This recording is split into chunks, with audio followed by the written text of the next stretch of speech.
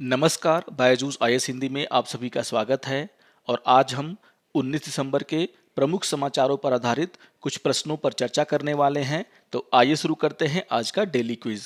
यहाँ पर question number 1 है, निम्नलिखित में से कौन भारत का पहला स्वदेशी वाहन पोत है। और यहाँ पर आपको 4 ऑप्शन दिए गए हैं, INS Arihant, INS Vikrant, INS Vikramaditya और आईएनएस विराट। और आपसे पूछा जा रहा है कि इन चारों में से कौन भारत का पहला स्वदेशी वाहन पोत है, यानी कि जिसे भारत में ही बनाया गया हो। इससे जुड़ा हुआ एक न्यूज आज के द हिंदू समाचार पत्र में आया है और जब आप इस न्यूज को ध्यान से पढ़ेंगे तो यहाँ पर आपको इसका उत्तर मिल जाएगा। और यहाँ पर बताया गया है कि भारत का पहला स्वदेशी वाहन पोत आईएनएस विक्रांत है। और इसके आधार पर अगर देखा जाए तो यहाँ पर क्वेश्चन नंबर 1 का आंसर हो जाएगा आपका option number B, INS Vikrant. तो इससे जुड़ा हुआ जो न्यूज है वो काफी इंपॉर्टेंट है और यहाँ पर कहा जा रहा है और यहाँ पर यह जानकारी दी गई है कि रक्षा से जुड़े अस्थायी संसदीय समिति के द्वारा यह सरकार को सुझाव दिया गया है कि भारत को कम से कम 3 एयरक्राफ्ट कैरियर की जरूरत है। आप सभी जानते हैं कि अभी भारत के पास 2 एयरक्राफ्ट कैरियर हैं।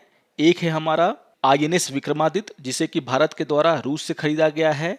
दूसरा है आईएनएस विक्रांत, जो कि भारत में ही बनाया गया है और इसीलिए हम इसे भारत का पहला स्वदेशी विमान वाहक पोत के नाम से जानते हैं। इसी के साथ साथ यहाँ पर यह कहा गया है कि भारत को एक दूसरा विमान वाहक पोत भी बनाना चाहिए ताकि किसी भी स्थिति में भारत के पास कम से कम 2 विमान वाहक पोत हमेशा ऑपरेशनल रहें। आइए अब क्वेश्चन नंबर 2 पर चर्चा कर लेते हैं। क्वेश्चन नंबर 2 है, भारत मध्य एशिया संवाद के संदर्भ में निम्नलिखित कथनों पर विचार कीजिए। और यहाँ पर आपको 3 कथन दिए गए हैं और आपसे पूछा जा रहा है सही कथनों का चयन कीजिए। यहाँ पर पहला कथन है, भारत मध्य एशिया संवाद भारत और मध्य एशियाई देशों मुख्यतः कजाकिस्तान, किर्गिस्तान, ताजिकिस्तान, तुर्कमेनिस्तान और उज्बेकिस्तान के बीच एक मंत्रीय स्तरीय संवाद है। तो यहाँ पर चर्चा हो रही है भारत मध्य एशिया संवाद के बारे में। और आपको ध्यान में रखना है कि भारत मध्य एशिया संवाद में भारत के अलावा मध्य एशिया के 5 बड़े देश शामिल हैं और वे देश हैं कजाकिस्तान, किर्गिस्तान, ताजिकिस्तान, तुर्कमेनिस्तान और उज्बेकिस्तान। और इसके आधार पर अगर देखा जाए तो यहाँ पर जो पहला कथन है वो पूरी तरीके से सही है। आइए देख लेते हैं दूसरे कथन को। दूसरा कथन है, प्रथम भारत मध्य एशिया संवाद का आयोजन उज्बेकिस्तान गणराज्य के समरकंद में किया गया था। अगर हम पहले भारत मध्य एशिया संवाद की बात करें तो आपको यहाँ पर ध्यान में रखना है कि इसका आयोजन भारत और उज्बेकिस्तान के द्वारा संयुक्त रूप से 13 जनवरी 2019 को समरकंद उज्बेकिस्तान में किया गया था। और इसके आधार पर अगर देखा जाए तो यहाँ पर दूसरा कथन पूरी तरीके से सही है। आइए देख लेते हैं तीसरे कथन को। तीसरा कथन है, संवाद में भाग लेने वाले सभी देश संघाई सहयोग संगठन यानी कि एससीओ के सदस्य हैं। अगर हम इन सभी देशों की बात करें तो यहाँ पर आपको ध्यान में रखना है कि ये सभी के सभी 5 मध्य एशियाई देश ऑर्गेनाइजेशन ऑफ इस्लामिक कंट्री यानी कि ओआईसी के सदस्य हैं। और अगर हम एससीओ की बात करते हैं तो एससीओ में वर्तमान में 8 सदस्य हैं और ये सदस्य देश हैं चीन, भारत, कजाकिस्तान, किर्गिस्तान, रूस, पाकिस्तान, ताजिकिस्तान और उज्बेकिस्तान। तो यहाँ पर आप देख सकते हैं कि तुर्कमेनिस्तान एससीओ का सदस्य नहीं है। और इसके आधार पर अगर देखा जाए तो यहाँ पर जो तीसरा कथन है वो पूरी तरीके से गलत हो जाता है। यानी कि यहाँ पर पहला और दूसरा कथन सही है, तीसरा कथन गलत है। और इसके आधार पर क्वेश्चन नंबर 2 का आंसर होगा आपका ऑप्शन नंबर ए, यानी कि यहाँ पर पहला और दूसरा कथन सही है। तो बहुत ही इंपॉर्टेंट क्वेश्चन है ये, इसको आप लोग जरूर रिवाइज कर लेंगे। और इससे जुड़ा हुआ एक न्यूज आज के द हिंदू समाचार पत्र में आया है जिसमें कहा गया है कि भारत और 5 मध्य एशियाई देशों के फॉरेन मिनिस्टर की जो बैठक है वह भारत के द्वारा आयोजित की जा रही है।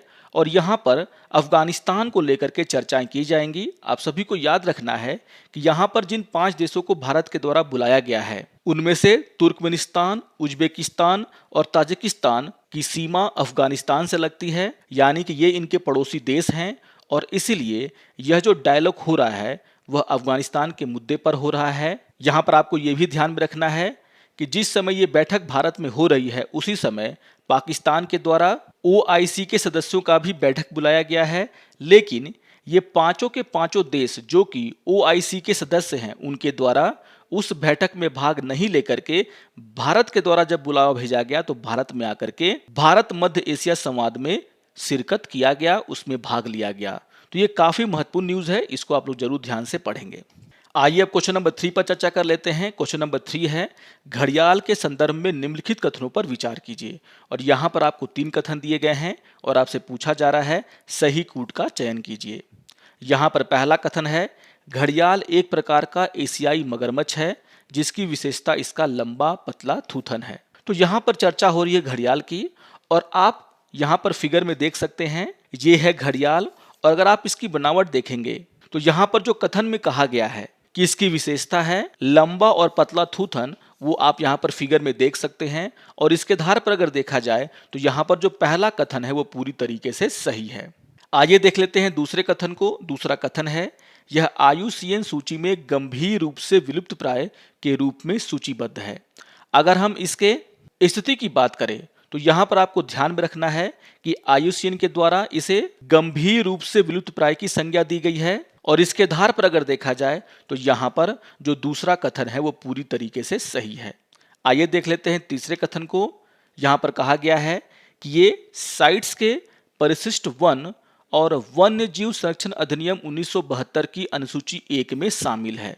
अगर हम घड़ियालों के स्थिति की बात करें तो यहां पर मैंने आपको 3 पॉइंट दिए हैं जो कि काफी महत्वपूर्ण है। यहां पर एक बात तो आपको पता चल गई कि IUCN की लाल सूची में इसे गंभीर रूप से विलुप्त प्राय की संज्ञा दी गई है। अगर हम वन्य जीव संरक्षण अधिनियम 1972 की बात करें तो उसकी अनुसूची 1 में भी इसे सूचीबद्ध किया गया है।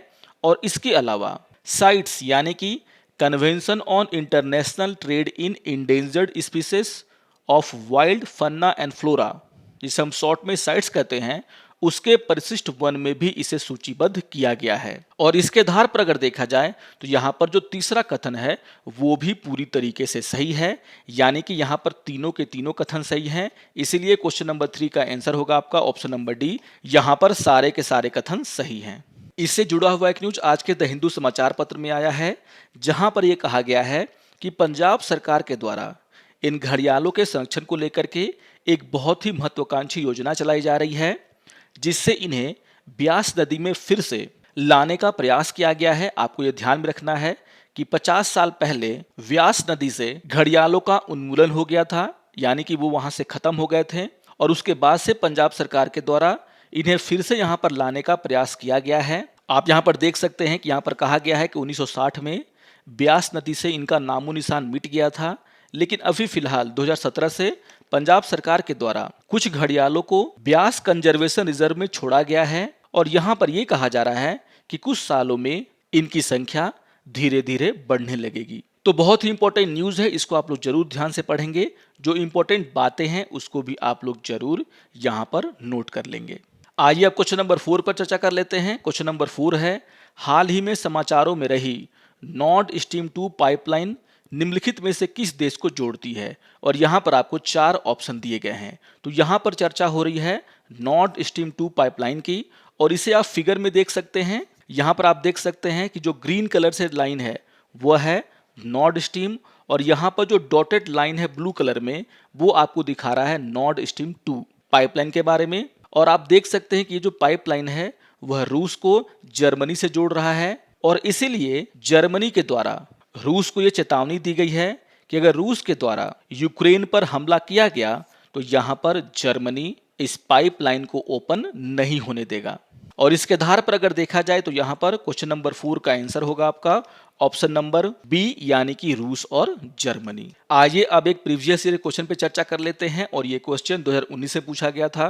क्वेश्चन नंबर 5 है निम्नलिखित में से कौन सा एक विश्व बैंक के ease of doing business index का उप सूचकांक नहीं है। और यहां पर आपको 4 ऑप्शन दिए गए हैं। पहला ऑप्शन है कानून और व्यवस्था बनाए रखना, दूसरा है करों का भुगतान, तीसरा है संपत्ति का पंजीकरण करना, और चौथा है निर्माण परमिट संबंधी कार्य करना।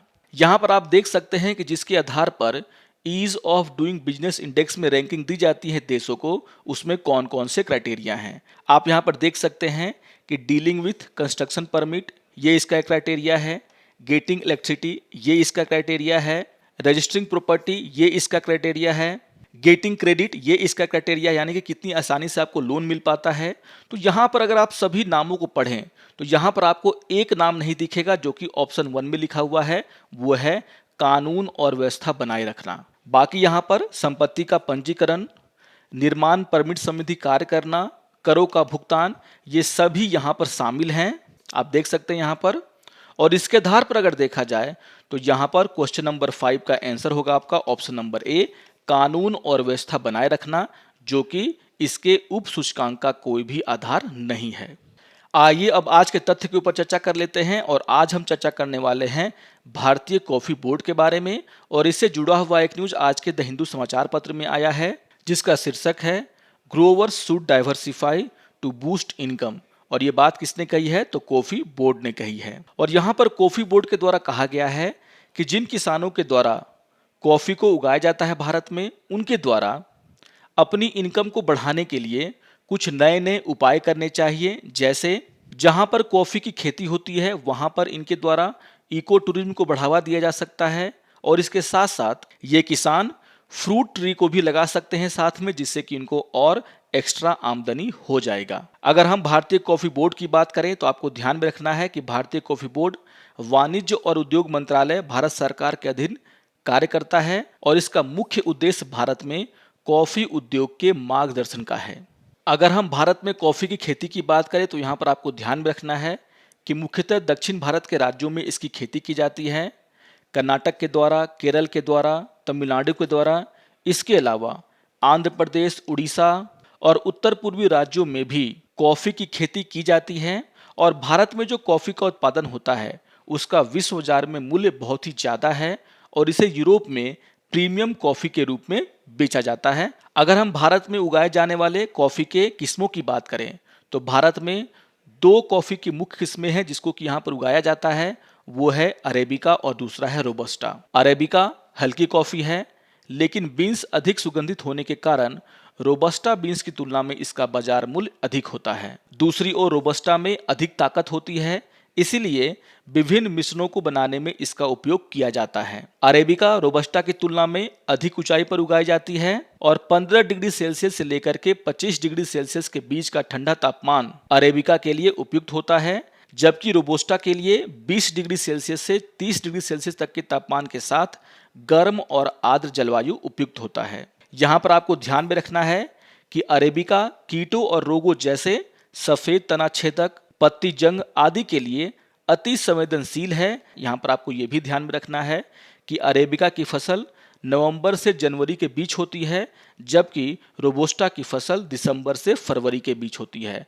तो जो डिफरेंस मैंने आपको यहाँ पर बताया है, इससे बहुत बार क्वेश्चन बनाए जाते हैं आपके एग्जाम में, जिसको कि आपको ध्यान में रखना है। आशा करता हूं कि आपको आज का ये डेली क्विज पसंद आया होगा।